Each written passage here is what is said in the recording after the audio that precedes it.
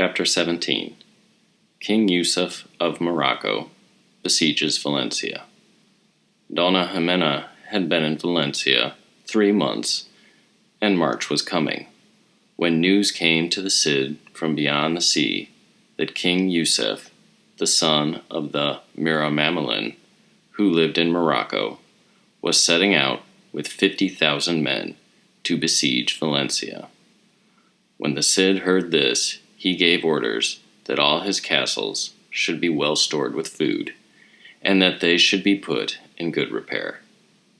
He also had the walls of the city made ready, and he laid up supplies of food and all things necessary in war. And he gathered a great army of the Christians and Moors under his rule. He had not more than made these preparations when he heard that Yucef was near at hand, and coming as fast as he could. Then the Cid assembled the Christians in the Alcazar, and stood on his feet before them, saying, "Friends and kinsmen and vassals, all the goods which I have in the world are here in Valencia. With hard labor I won this city, and I hold it for my heritage, and for nothing but death will I leave it. My daughters and my wife shall see me fight. They shall see with their own eyes our manner of living in this land, and how we get our bread. We will go out against the Moors and give them battle, and God, who has thus far shown favor to us, will continue to be our helper." When they heard this, they all cried that they would do his bidding, and go out with him and fight under his banner, and that they were sure that by his good fortune the Moors would be conquered.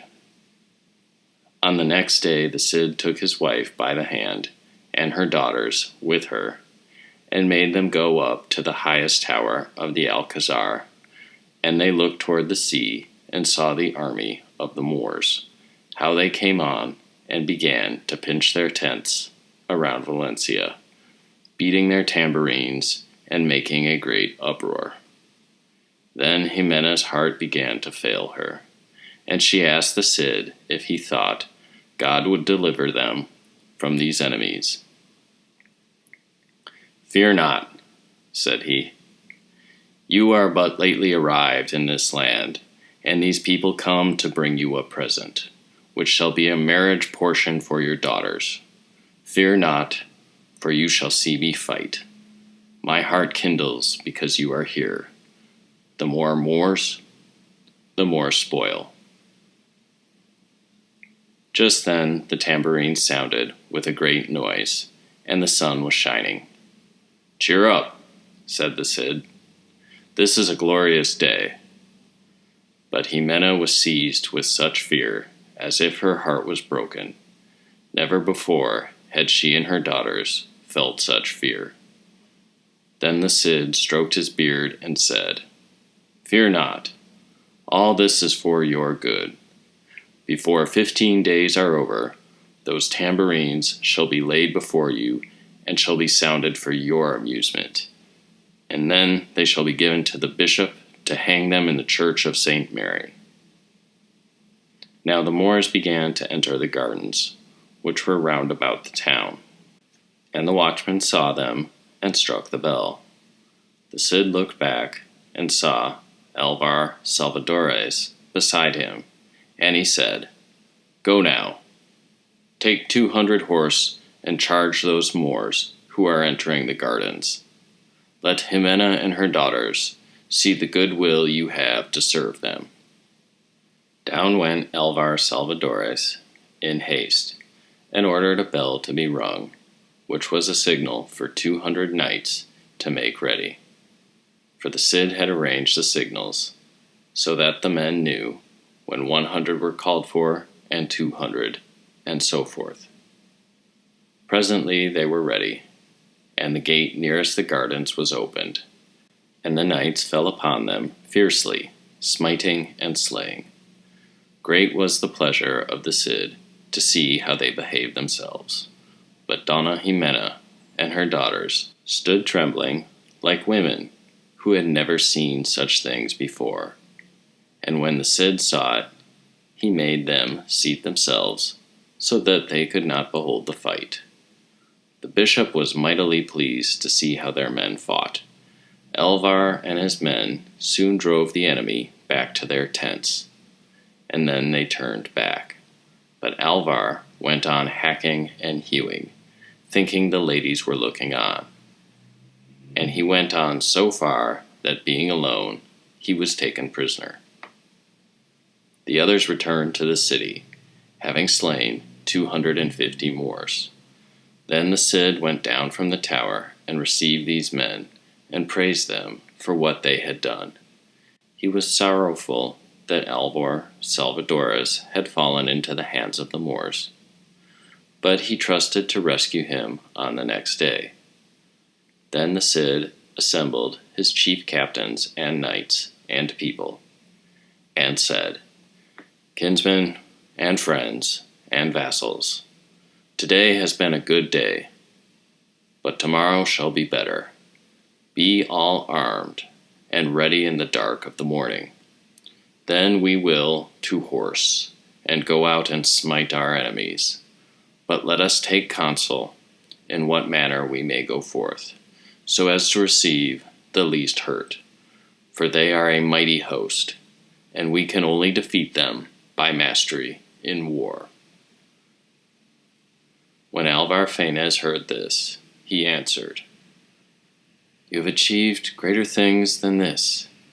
Give me 300 horse, and we will go out when the first cock crows, and put ourselves in ambush in the valley of Albufera. And when you have opened the battle, we will come out and fall upon them on the other side, and on one side or the other we shall overcome them." The Cid was well pleased with this advice, and said he would follow it. So he bade them feed their horses in time, and sup early, and as soon as the cock crow, they would assemble. At cockcrow they all came together, and the bishop who had pronounced absolution said he craved a boon from the Cid. He said, "Let me have the first wounds in the battle." And the Cid granted him his boon.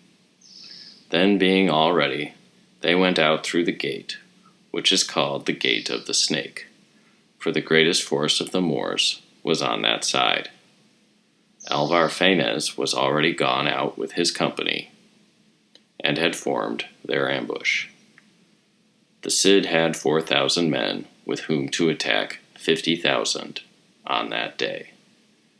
They went through all the narrow places and bad passes, leaving the ambush on the left, and struck to the right hand, so as to get the Moors between them and the town.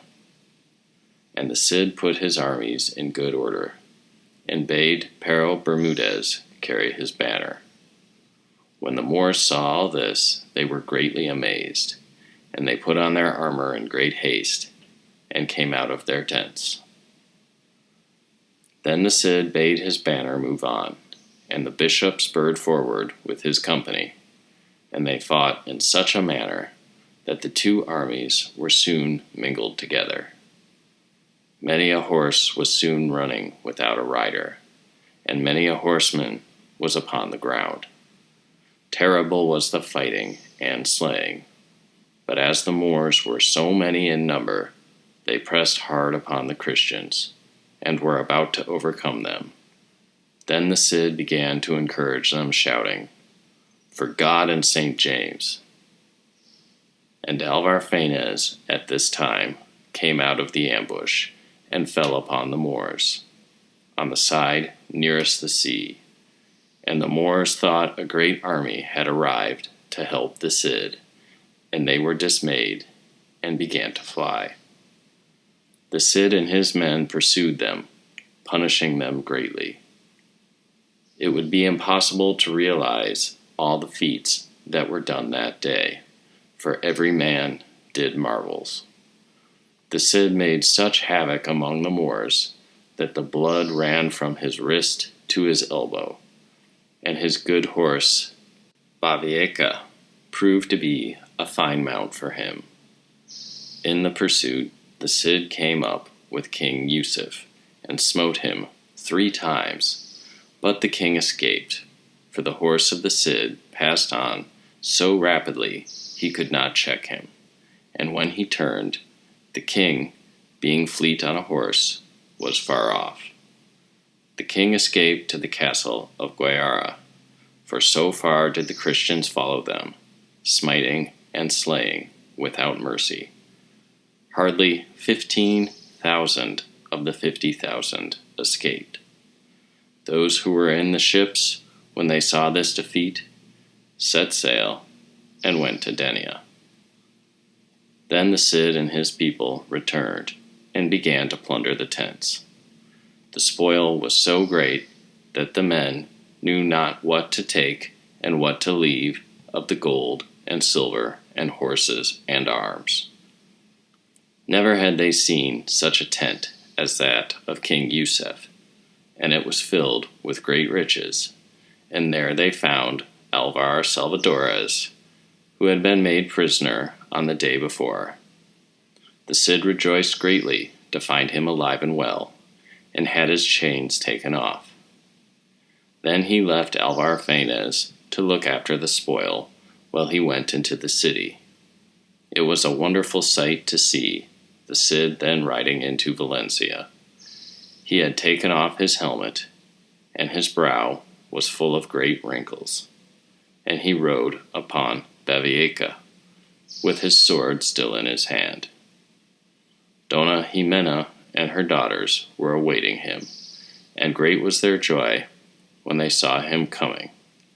He stopped by them and said, "Great honor have I won for you, while you kept Valencia this day, and goodly spoil we have. Look, with this bloody sword, and a horse covered with sweat, this is the way that we conquer the Moors.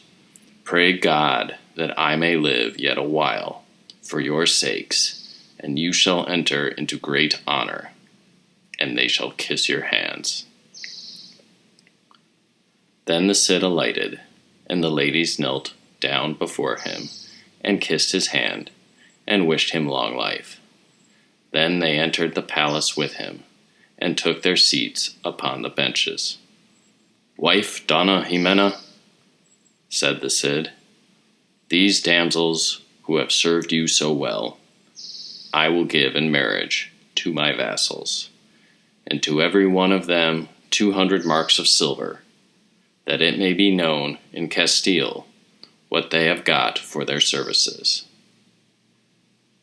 They all rose and kissed his hand, and great was the joy in the palace, and what the Cid promised was done. Alvar Fanez remained in the field, taking account of the spoil, and writing down what was found according to their custom, so that none could be carried off unfairly. The tents and arms and precious garments were so many that they cannot be told, and the horses were beyond all reckoning. They ran about the field, and there was no one to take them, and the Moors of that land profited by that victory, for they caught many of the horses. The Cid's own share of the horses was 1,500 good ones. The Cid won in this battle from King Yucef his famous sword, Tizona, which name means a firebrand. The Cid gave orders that the tent of the king of Morocco, which was supported by 2 pillars wrought with gold, should not be touched, for he wished to send it to King Alfonso. The bishop had his fill of battle that day, as he had desired, fighting with both hands, and no one can tell how many he slew. King Yucef, who had taken refuge in a castle when the pursuit was over, and he saw that he could come forth, went to Denia, and returned by ship to Morocco. There he brooded on his defeat, and how he had been conquered by so few, and how he had lost so many of his people. and he fell sick and died.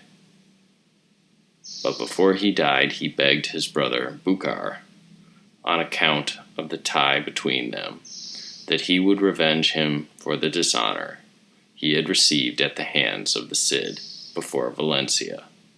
And Bucar promised to do this, and swore upon the Koran, the sacred book of the Mohammedans, that he would do this.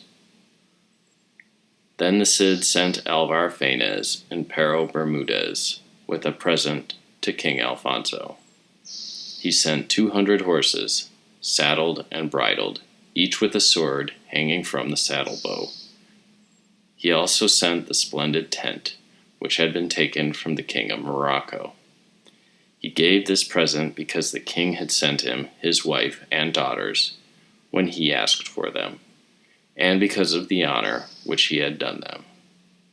So Alvar and Pero went their way toward Castile, over mountains and rivers, and they asked where the king was, and when they learned he was at Valladolid, they went there. When they came near that city, they sent to let the king know of their coming, and to ask whether they should go into the city to him, or if he would come out to them, as they were a great company, and they brought a great present that could be seen better outside than within the town. The king sent word that he would come out of the city, and he took his horse and ordered all the noblemen with him to mount likewise. Now the 2 infantes of Carrion were there, Diego Gonzalez and Fernando Gonzalez, the sons of Count Don Gonzalo. And they found the company of the Cid about 1.5 miles from the town, and when the king saw them, he blessed himself, for they seemed like a host. And Alvar and Pero spurred their horses when they saw the king, and they came to him and alighted, and knelt down and kissed the ground, and kissed both his feet. But he bade them rise and mount their horses, and he would not hear them until they were again in their saddles, and had taken their places, one at his right hand, and the other at his left. And they said, Sir, the Cid commends himself to you as his liege lord, and thanks you greatly for having sent him, with such honor, his wife and daughters. And know, sir, that since they arrived he has won a great victory over the Moors, and their king Yucef of Morocco, the Miramamelin, who besieged Valencia with 50,000 men. The Cid went out against them, and defeated them, and has sent to you these 200 horses from his 5th. Then Alvar ordered the horses to be led forward, and they came in this manner. The 200 horses came first, each one being led by a child, and each having a sword hanging from the saddle on the left side. After them came the pages of all the knights in the company, carrying their spears, and then the company, and after them 100 couple with spears in rest. When they had all passed by, the king blessed himself again, and he laughed, and said that never before had so goodly a present been sent to a king of Spain by his vassal. Alvar said further, Sir, the Cid has sent you a tent, the noblest that ever man saw, which he won in this battle. Then the king gave orders that the tent should be spread, and he alighted and went into it, and he and his people said they had never seen so splendid a tent as this. The king said he had won many tents from the Moors, but never such a one as this. Though all others were pleased, the Count Don Garcia was envious of what the Cid had done, and he and 10 of his kinsmen talked together, and said that this, which the Cid had done, was to their shame, for they hated the Cid in their hearts. The king said, Thanks to God, those horses may do me good service. And he gave 3 of them to Alvar, and 3 to Pero, and told them to choose which ones they liked best. He also ordered that food and clothing be given to them while they remained, and that they should have new armor when they were ready to return, such as was fit for them to wear before the Cid. When the Infantes of Carrion saw the noble present which the Cid had sent the king, and heard how his riches and power had increased daily, and thought what his wealth must be when he had given those horses out of his 5th, won in one battle, and that he was lord of Valencia, they talked together, and agreed that if the Cid would give them his daughters, they might think themselves well and honorably married. They agreed that they would talk with the king privately about this matter. So they went after a while to him and said, Sir, we beseech you to help us in a matter that will be to your honor, for we are your vassals, and the richer we are, the better shall we be able to serve you. The king asked them what they would have, and they told him their desire. The king thought upon this a while, and then came to them and said, Infantes, this thing which you ask is not to be decided by me, but by the Cid.